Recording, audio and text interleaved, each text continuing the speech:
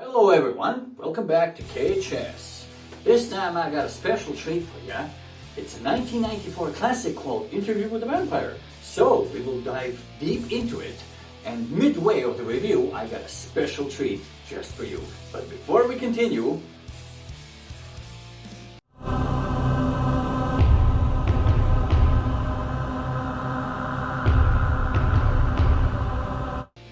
well, now that we are back again, let me tell you a little bit of info about the movie.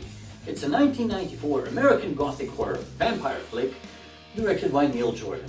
The actors, most of them you know because they are super famous, going to be posted over here. Just to mention some of them, Armand is Antonio Banderas.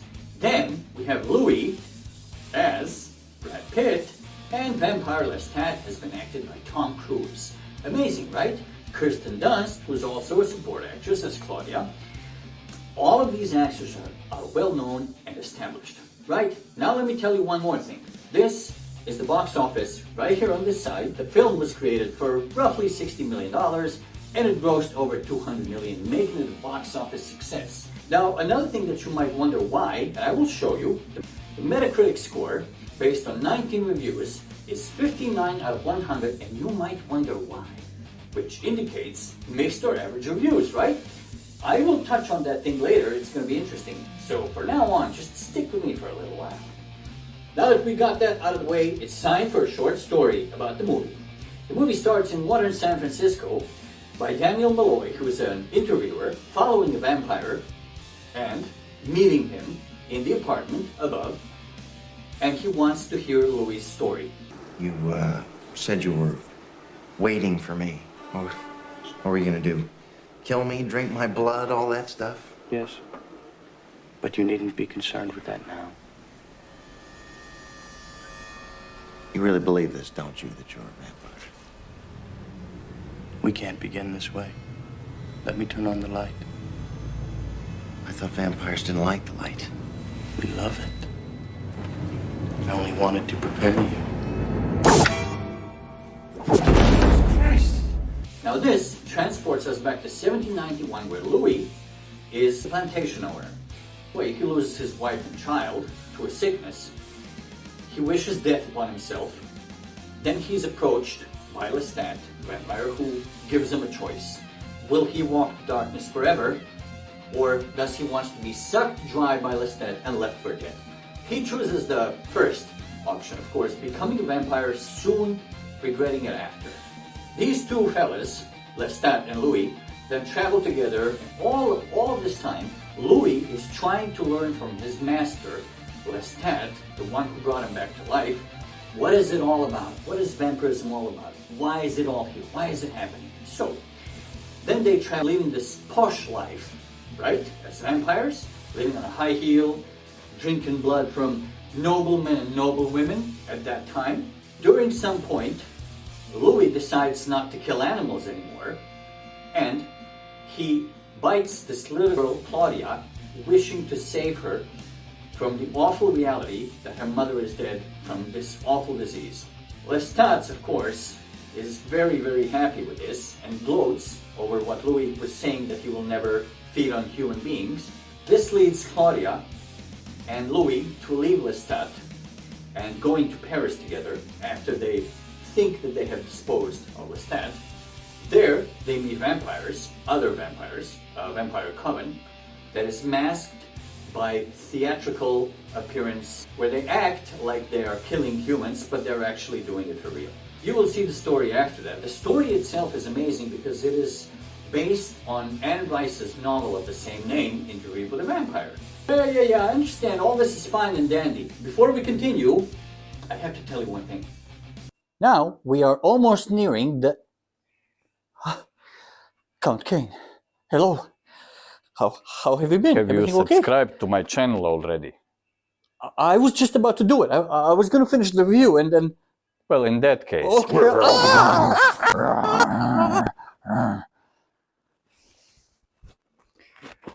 Better subscribe to the channel.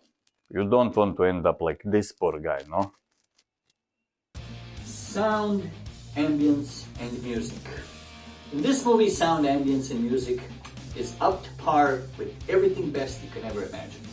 The gothic atmosphere, the darkness and dreariness and gloomy atmosphere is produced to perfection. Sound effects are produced to perfection. There's only one thing I read, and it was really, really interesting for me to read. The hardest thing from the visual effects for them to show to the viewer was both Claudia's and Louis' facial transformation into vampires, because during that time in 1994, this was considered high technology. So it was really hard for them to make it, and they spent a lot of time doing it. Other than that, let's move on to the most important part of any vampire movie. The vampire presentation. Welcome to the best part of any movie review, especially vampire movie review, the presentation of the vampires themselves. Here's where the movie does 80-20. Succeeds 80%, falls short 20%. Now, both the gothic vibe, their dress code, the posh way of their existence, both Louis and Lestats, the way they indulge in medieval life, right? High heel, living in a castle, having servants. It is presented in a magnificent way. I loved it, every bit of it. The skin tone they have, the bleakness and bland skin, right? That white tone, because the vampire is dead, almost hits it 100% every single time. Almost. But there are several inconsistencies. Like, for instance, let me show you this short clip. What I mean about conversation and why it doesn't appeal and why it doesn't fit in a vampire movie, because feelings are something that should be different in vampires. I know that everybody has their own presentation, and I read Anne Rice's book, Interview with a Vampire, and it is magnificent, okay? But bear with me for a second. Watch this. It's a gothic! A gothic living! It's your coffin, my love. Enjoy it. Most of us never get to know what it feels like. Why do you do this? I like to do it. I enjoy it. Take your aesthetes, taste pure things. Kill them swiftly if you will. But do it! For do not doubt! You are a killer, Louis!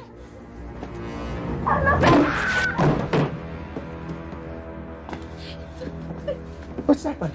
It's a coffin. Well, so it is. You must be dead. I'm not dead, am I? No, you're not dead. Not yet. You finish this! You finish this now! You finish it! Save me from him. Save me! You let me go. I can't die like this. I need a priest. My friend is a priest. He'll hear your sins before you die, unless I make her one of us. No! Take her, Louis. End her suffering and yours. No. See? So my question to you is, if they are both vampires, both Lestat and Louis, and they've decided to be companions and travel together because they're vampires, they gotta stick together, right? Why would Lestat care what Louis wants to drink or no? If he wants to drink animals or humans? There is no logical reason other than some kind of an amazement or some kind of a twisted humor for Lestat to be bollocking Louis for his drinking habits as a vampire. Why would I care? If you and I are both vampires, why would I care that you want to feed on animals? I don't care, as long as you want to travel with me, be my companion and friend. As a vampire, as long as we can support each other and help each other, right? The next problem I have, next little bit of an issue I have. Did you notice the skin color of the vampires? It's white. It's almost white, right? Because they're dead. They're reanimated, they're dead. But in several scenes of the movie, the costume just doesn't fit. Their skin color just doesn't fit. It's humane. Good stuff. I assume I need no introduction.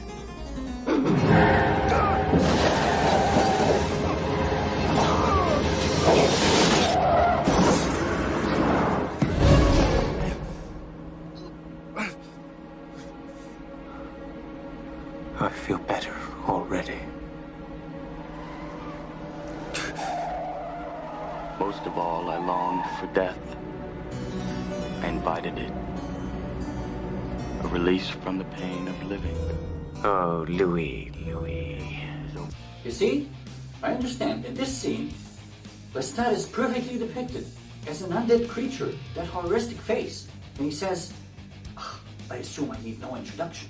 It is amazing. And then he drinks blood and he turns into a human skin color and everything. And then as he drives off, Christian Slater is slowly dying, being reincarnated as a vampire, right? Lestat starts laughing in that devious way, like he has a plan, because he does have a devious plan for him. But the devious plan laughter shouldn't be like that. He's like almost happily laughing. Don't be afraid. I'm going to give you the choice I never had.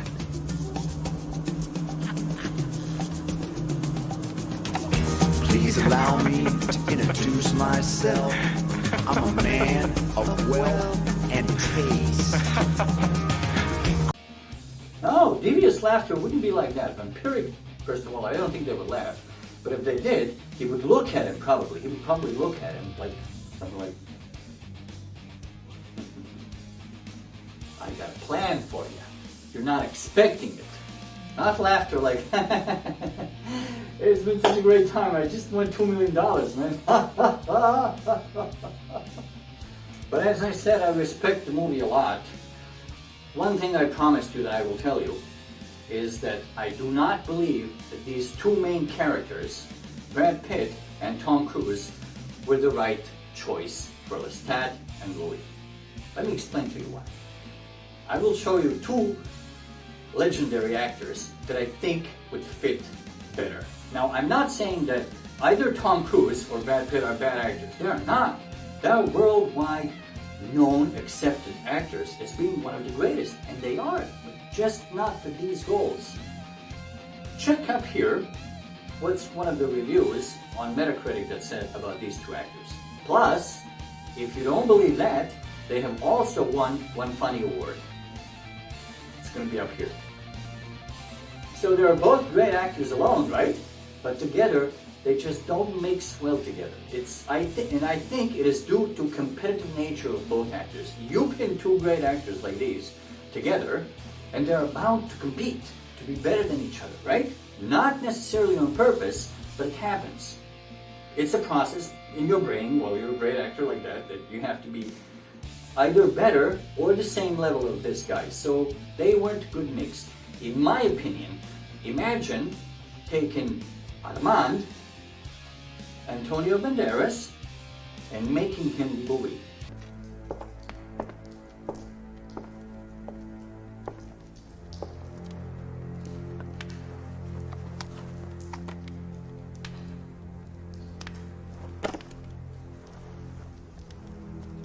Bring the petite beauty with you. No one will harm you. I won't allow it. And remember my name. Armand. He would be much better actor as Louis. And this guy, Western woods.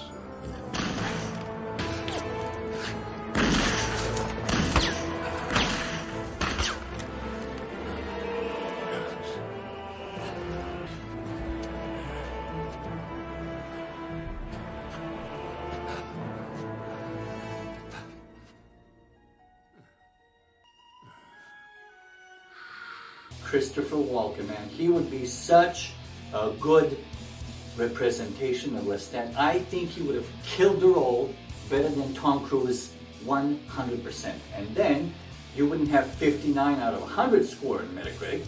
You would have 85 out of 100, definitely. And the movie would have made like $100 million more worldwide. I bet 100%. Let me tell you that I totally recommend this movie. It is one of the best movies in the world ever created about vampires, and it will stay that way for a very, very long time. So go watch it if you haven't already. If you have, give me a comment down below and tell me what you personally think about the movie, what you liked and what you didn't like, and I will see you next time. Join me next time when I'm going to do another review of another good movie, and I won't tell you what it is. Bye-bye.